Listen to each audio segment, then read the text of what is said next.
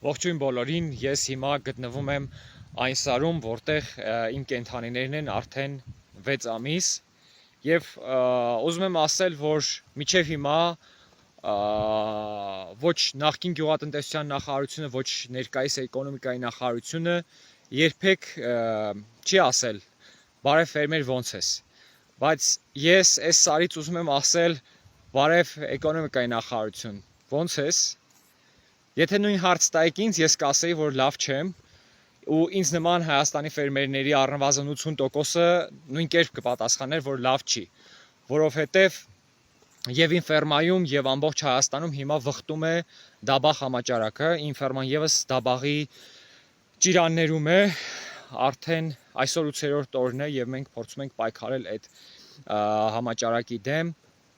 ոնց որ թե արդեն անցել ենք նահանջի փուլ, բայց բուժումները դեռ շարունակում ենք։ Սրա մասին չի խոսվում, սրա մասին ոչ ոք չի ասում, կարծես ամեն ինչ լավ է, իր բնականon հունով գնում է, բոլորն իրենց գործին են, բայց արի ու տես, որ ոչ, ֆերմերները շատ ծանր վիճակի մեջ են, որովհետև օրինակ իմ ֆերման, որ օրական 300-ից 400 լիտր կաթ հանձնող ֆերմա է, այս պահին հանձնում է օրական 10-20 լիտր կաթ եւ կարծում եմ պատկերացնում եք, որ սա անհրաժեշտ ծախսերի, դրանից եկած եկամուտը անհրաժեշտ ծախսերի 20%-ն է, ոչ ավելին։ Դաբաղը տարածված է կովերի շրջանում, խոզերի շրջանում, նաև գուցե այլ կենդանիների, բայց այս երկուսի հատկապես կովերը համեմատաբար ավելի թեթև են տանում, անկման դեպքերը քիչ են, ի տարբերություն խոզերի, որոնց դեպքում անկման դեպքերը զգալի շատ են եւ Լոռու մարզում եւ Հայաստանի այլ մարզերում։ Դաբաղը եկել է Շիրակի թևից եւ ամեն տարի գալիս է Շիրակի թևից եւ չգիտես ինչու սրա վերաբերյալ գործողություններ չեն իրականացվել, կառանձին չի եղել, բուժանյութերը եկել են, առաջին խմբականակը եկել է ոչ այս տեսակ դաբաղի համար, երկրորդ խմբականակը եկել է շատ ավելի ուշ, քան պետք էր անել, բայց անասնաբուժները պարտաճանաչ իրենց գործողությունները արել են, այստեղ հարցը մնում է ինչու պատկան մարմինները չեն կարողացել ավելի վաղ հասկանալ, որ կա խնդիր եւ խնդրի դեմը պիտի առնել։ Հիմա փաստորեն ֆերմերները, օրինակ ես եւ ինձ նման շատ ֆերմերներ, ովքեր դաբաղի ճիրաններում են, իրենք իրենցով անում են այն ինչ որ կարողանում են, բուժական աշխատանքներ, դեղեր եւ այլն։ Օրինակ ես մոտարապես արդեն 300,000-ի դեղ եմ առել եւ գործողություններն էլ անձամբ եմ անում անասնաբուժական, եթե այդ գործողությունները պատվիրակեի, եւս մի այդքան ստիպված կլինեի ծառայությունների վճար մատուցել, ծառայությունների վճարել եւ փաստորեն հասկանում եք, որ բացի այն, որ եկամուտ չկա, մենք նաեւ ստիպված ենք լինելու շատ երկար ուրեմն իրականացնել այդ բուժման պրոցեսները եւ կրել ֆինանսական մեծ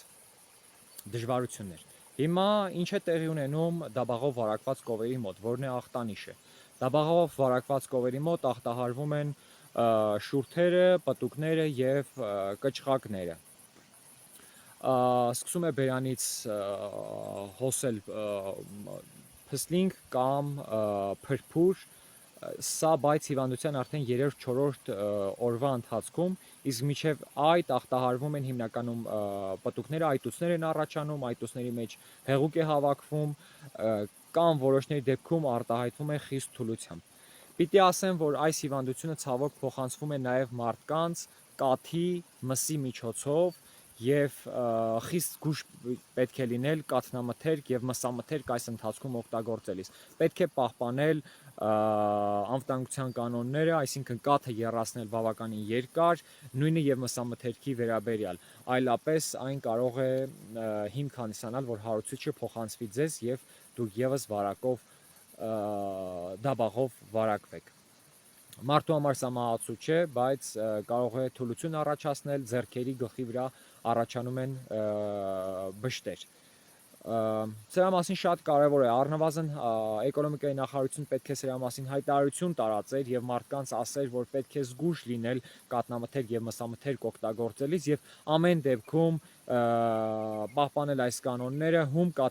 խուսափել հում կաթից պանիր պատրաստելուց, որտեղ պանիրի միջոցով հում կաթից պատրաստված պանիրի միջոցով եւս հարուցիչը փոխանցվում է մարդուն,